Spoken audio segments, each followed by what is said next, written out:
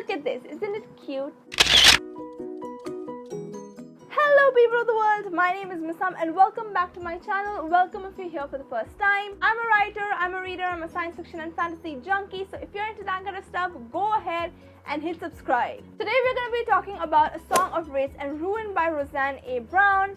This is a fantasy and this came out a couple of weeks ago. Let's see what this book is all about. The Goodreads description of this book is pretty long and I've heard people talk about how daunting it is just from the description itself. Here's the thing about this book, there is a lot happening in it. It follows two protagonists, Malik and Carina. We're going to talk about them in a bit. Let's just go over the story for a second. It's about Malik who accidentally stumbles into this ancient entity who kidnaps his little sister Nadia, and now Malik must kill the princess in order to get his sister back. The princess is Carina, who is facing problems of her own. Her mother was just killed and now she wants to perform an ancient ritual to resurrect her mother, which is morbid because this ancient ritual requires the heart of a king. One thing leads to the other and suddenly both these protagonists find out that they need to kill each other. The problem arises when they start developing feelings for each other, which is something I'm so here for. You love each other but you gotta kill each other. So talking about the characters, let's start with the characters. Let's start with Carina because she is my favorite character, not just in the book, but my favorite character out of one of my favorite characters out of the books that I've read this year. There are a couple more, but Carina is definitely top tier as of now. She is super cool. She is snarky. She's a little piece of shit at times. She speaks before she thinks.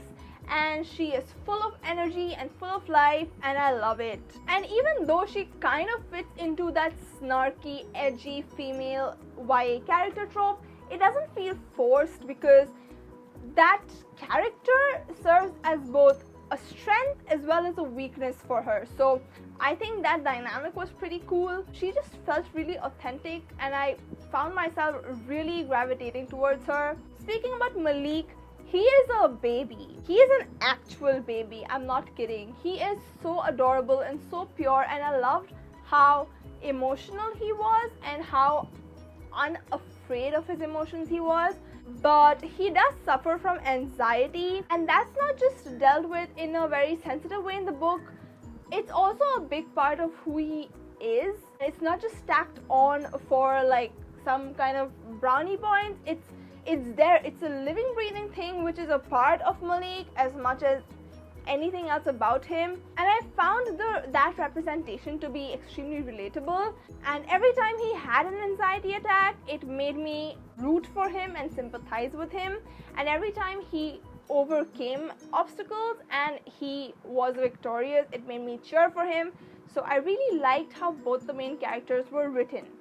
Talking about the love story, I have heard people talk about how it felt a little bit like insta love, and I don't think I agree. Yes, the love developed over a very short period of time considering this entire book takes place within the time span of a week, but it does not feel like insta love. Instead, it feels a bit like a slow burn romance because even though these two people are extremely attracted to each other, they have a crush on each other, they do respect each other and care for each other, I don't think that they're in love yet. I mean, there's a difference between like insane attraction, like a good amount of attraction and like having a crush on somebody, and bordering on love and straight up like jumping to love. They did not jump to love. That thing was built over time, over a lot of different scenes and situations. So it never felt like insta love to me. It felt pretty much like a slow burn and I really liked that. So that was the romantic conflict. Let's talk about the plot conflict, which was super cool, right? You have two people who need to kill each other, but all you can think about is now kiss. There are a lot of other things that are happening. There is Malik's conflict, he needs to save his sister. There's Carina's conflict, she needs to bring back her mother. There is a lot of political intrigue in the book, which it sort of reminded me of Descendants of the Crane, even though the books are not similar. It's just that I've recently read that book, so it kind of came back to me. Even though there is no murder mystery as such in A Song of Wraiths and Ruins, you still have the question of who killed Carina's mother constantly at the back of your mind. So even if it's not actively a murder mystery, there are elements of a murder mystery in there, and there are a lot of reveals and a lot of twists that worked very well simply because of how well the characters were crafted. The best way to craft a twist is, of course, making sure that your plot is well done and like well placed and everything is where it's supposed to be, but also characters and their motivations. If that is strong enough, anything that a character does or anything that a character reveals feels like it has a lot of weight. So this book really did that well.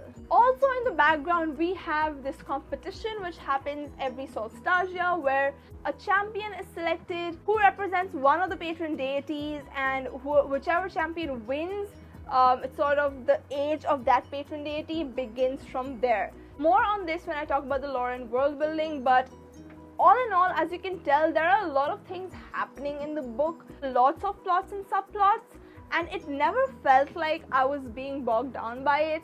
But again, I can understand why a lot of you who is not super into fantasy might find it daunting, but I really think that the execution was well done. So if you're finding it daunting, I get it, I hear you, but do give it a go because the execution is really well done. Next, let's talk about the lore and the world building, which was one of the best things about this book. As I told you, there is like this festival of Solstasia happening, there is a whole like religion, a whole mythology, there are patron deities, so according to when you were born you have a patron deity. It's so well done and the world felt so rich and vibrant. There are different places, there are different cities, different names, different languages, different cultures, and it all comes together into this really real feeling world. Like I had no issues in settling comfortably into this world that has been created. Now let's talk a bit about pacing. Nothing to really say there. Mostly the entire book was pretty well paced. The faster scenes were interesting and the slower scenes were intense, and there are some reveals, as I said, which are so well done. The tone of the book is mostly, it's a balance between dark fantasy and like young adult light-hearted humor, and I really like that balance. The humor is mostly there because of Carina, and in her perspective, I really liked being in her perspective because I related a lot to her. And even though I'm not a silver-haired princess, still felt a lot for her.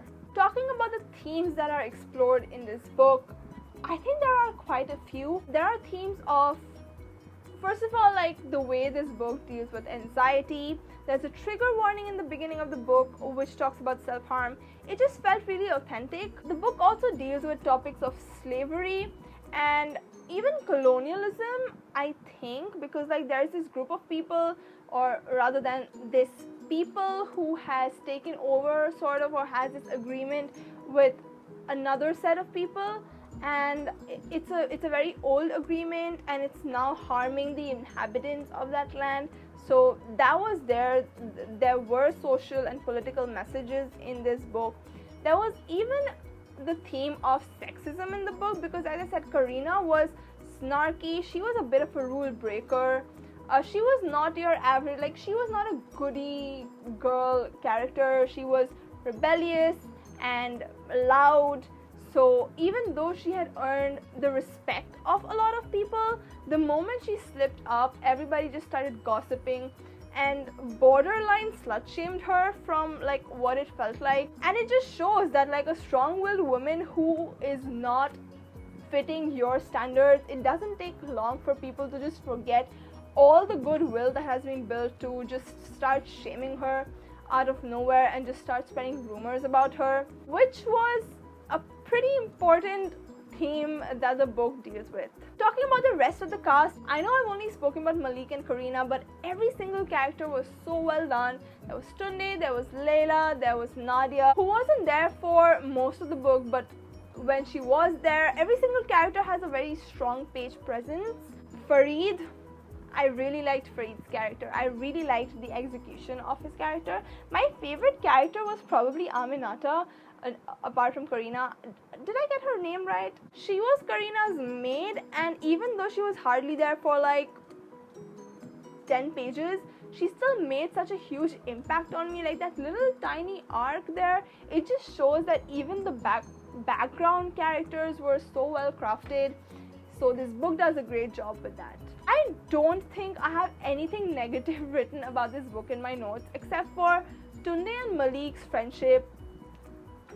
It was more of telling rather than showing. I had no idea those guys grew close the way the story wanted me to believe that they were close, so I did not buy a lot into that friendship. And I don't think I have anything else to say about this book, which is not a good thing. I hope I've avoided spoilers. Yeah, I've avoided spoilers in this review. If you've read this book, go ahead, let me know if I've missed something, if there's something that you think we should discuss. Go ahead, I'm always open to having a conversation. Comment down below. If you haven't read this book, make sure you add it to your TBR because it's genuinely a great book. Generally a wonderful fantasy with so many things happening for it and such good world building. The magic system is soft but still very impactful. Go ahead, give this video a thumbs up and don't forget to subscribe, like, follow me on Twitter, Instagram, my blog. Go ahead, do all that and see you sometime later this week, next week, blah, let's see. So this was my review for A Song of Wraiths and Ruins, and yeah, I'm done. Bye.